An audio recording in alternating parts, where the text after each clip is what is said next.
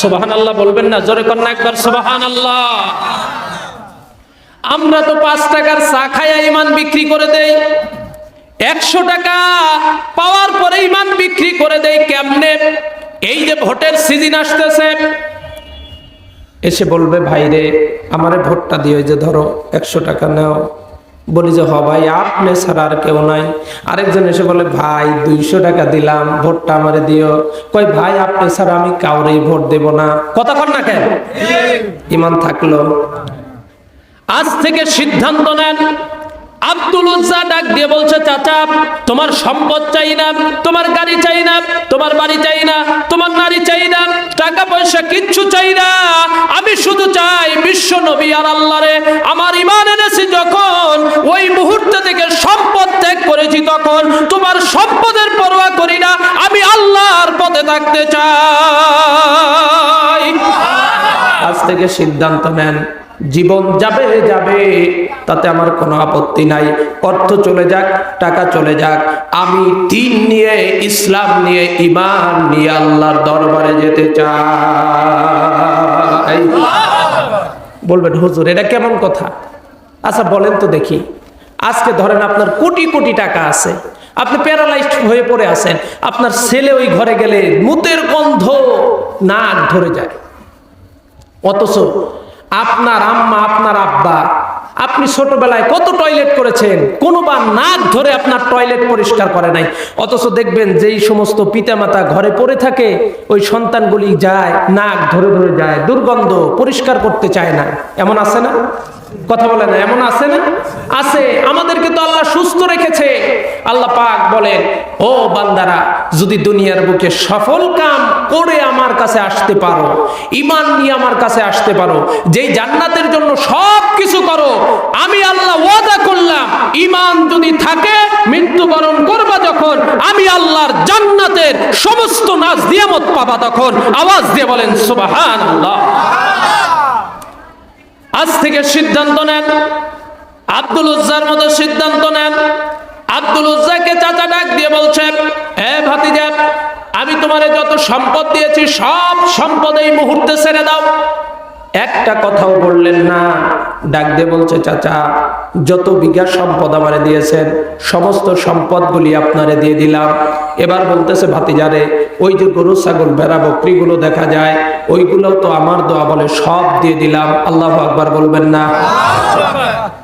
বলছে, ভাতিজারে তোমার শরীরে যে পোশাক দেখা যায়, এই পোশাকটাও আমার টাকা দিয়ে কেনা, এই পোশাকটাও তুমি ছেড়ে দাও। এবার আব্দুল উজ্জা অবাক দৃষ্টিতে তাকিয়ে আছে। চাচাকে বলছে, ও চাচা যান, শুধু পোশাক নয়, আমার শরীরের রক্তও যদি আপনি চান এই মুহূর্তে আমি সব দিয়ে দেব, কিন্তু মোহাম্মদকে বলতে পারবো না, ঈমান হারা হইতে পারবো না। এবার ডাক দিয়ে বলে, ভাতিজারে তোর শরীরের পোশাকটা তুই খুলে ফেলে দে। সঙ্গে সঙ্গে গায়ের পোশাকটাও খুলে দিলেন। আবার যখন রওনা করতেছে, বলতেছে, ভাতিজা দাঁড়া, ওই যে পরনে লুঙ্গিটা আছে, ওই লুঙ্গিটাও আমার টাকা দিয়ে কেনা, ওইটাও ছেড়ে দেওয়া যা লাগবে। বন্ধুগণ আমার, চিন্তা করেন তো দেখি, ইজ্জতের উপরে হাত দিয়েছে যখন, ওই মুহূর্তে আব্দুল উজ্জা একটা কথা বলেও নাই। তখন সঙ্গে সঙ্গে লুঙ্গিটা খুলে দিয়া আল্লাহকে ডাক দিয়ে বলে, আল্লাহ ঈমান এনেছি যখন, দুনিয়ার সব কিছু আমার ত্যাগ করা লেগেছে এখন। আল্লাহ তুমি তো ওয়াদা করেছো ঈমানদারেরা মৃত্যুবরণ করলে জান্নাত পাবে। আল্লাহ তোমার নবীর উপরে ঈমান এনেছি, তোমার উপরে ঈমান এনেছি, দুনিয়ার কিচ্ছু চাই না, শুধু তোমার জান্নাতে যেতে চাই। জোরে জোরে কন্যা সুবহানাল্লাহ। বিশ্ব নবীর দরবারে চলে গেলেন, সাহাবাদেরকে নিয়ে নবীজি আমার ওই মুহূর্তে কোরআনের দাস দিচ্ছিলেন, আলোচনা করতেছিলেন। জিন্ন শীর্ণ লোকের উপরে চোখ পড়লো বিশ্ব নবীর। দরজা দিয়ে তাকায় দেখলেন একটা জিন্ন শীর্ণ ছেলের চুলটা উস্কো খুস্কো দাঁড়িয়ে আছে। নবীজি ডাক দিয়ে বললেন, কে গো তুমি? বলছে, আমার নাম আব্দুল উজ্জা। তোমার এমন কেন পোশাকটা? ঈদ বছরে পোশাকটা ছেড়ে দিয়া মায়ের কাছে চলে গেলেন। মা জনম দুঃখিনী ডাক দিয়ে বলে, মা তুমি আমারে কি একটা পোশাক দিবা না? মা জনম দুঃখিনী সন্তানের দিকে তাকানোর পরে লজ্জা পেয়ে গেলেন, ঘরের ভিতরে ঢুকলেন, একটা চাদর অথবা গামছা এনে দিলেন অথবা অন্য এনে দিলেন, নিয়ে এসে দেওয়ার পরে দুইটা ভাগ করলেন, একটা দিয়ে ইজ্জত ঢাকলেন, আরেকটা দিয়ে শরীর ঢাকলেন। মা জনম দুঃখিনী ডাক দিয়ে বলে, বাবা রে তুই বল তোর এমন অবস্থা হলো কেন? কয়, আম্মা জান আপনি তো জানেন না, ঈমান এনেছি এই কারণে আমার সব সম্পদ নিয়ে নিয়েছে, তাতে আমার আফসোস নাই। ও মা, দোয়া করে দাও আমি যেন আজীবনের জন্য আল্লাহর রাস্তায় থাকতে পারি। আর পিছনে তাকালেন না, সঙ্গে সঙ্গে নবীর দরবারে হাজির। নবী ডাক দিয়ে বলে, কে গো তুমি? বলছে, ইয়া রাসূলুল্লাহ, ইয়া হাবিবাল্লাহ, আমার নাম হলো আব্দুল উজ্জা। বলে, তোমার এমন অবস্থা কেন? কয়, ইয়া রাসূলুল্লাহ, ঈমান আনার কারণে আমার জাগতিক যা সম্পদ ছিল সব আমি দিয়ে দিয়েছি, আমার পরনের পোশাকটা পর্যন্ত দিয়ে দিয়েছি।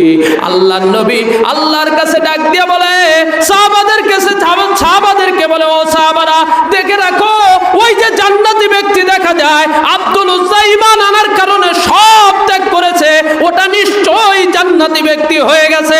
একবার জোরে জোরে বলেন সুবহানাল্লাহ।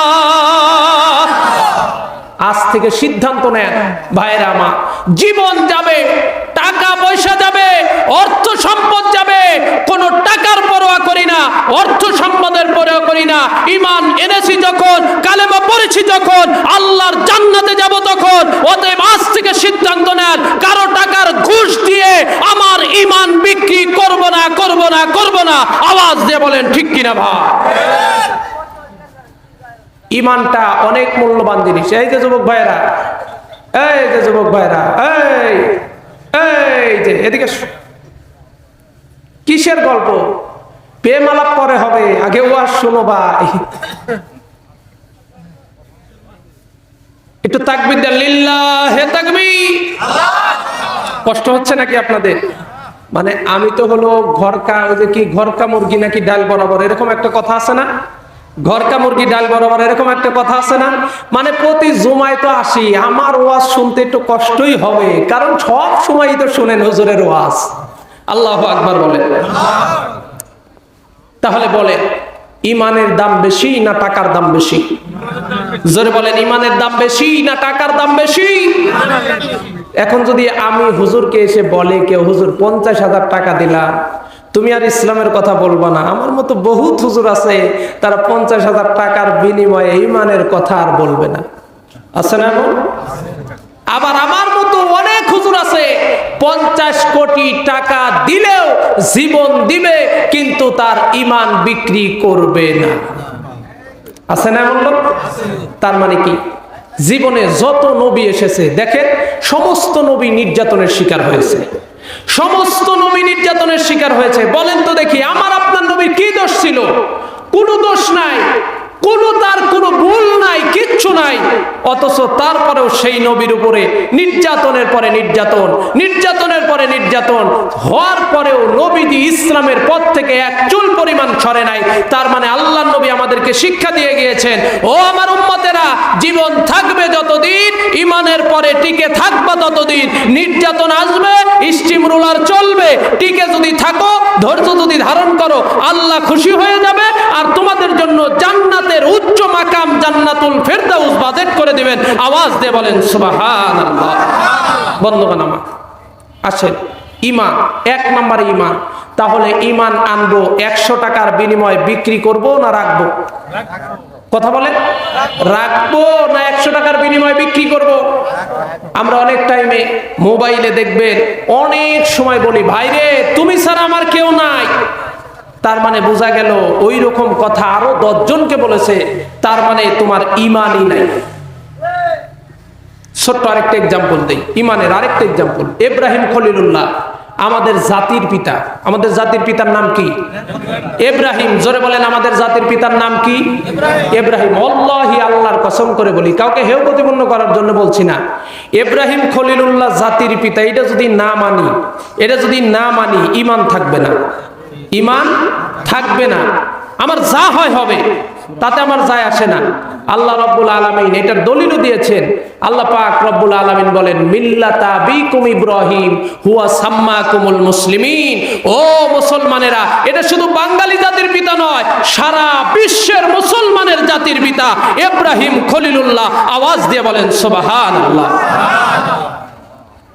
ইব্রাহিম খলিলুল্লাহ জন্ম হতে দেবে না।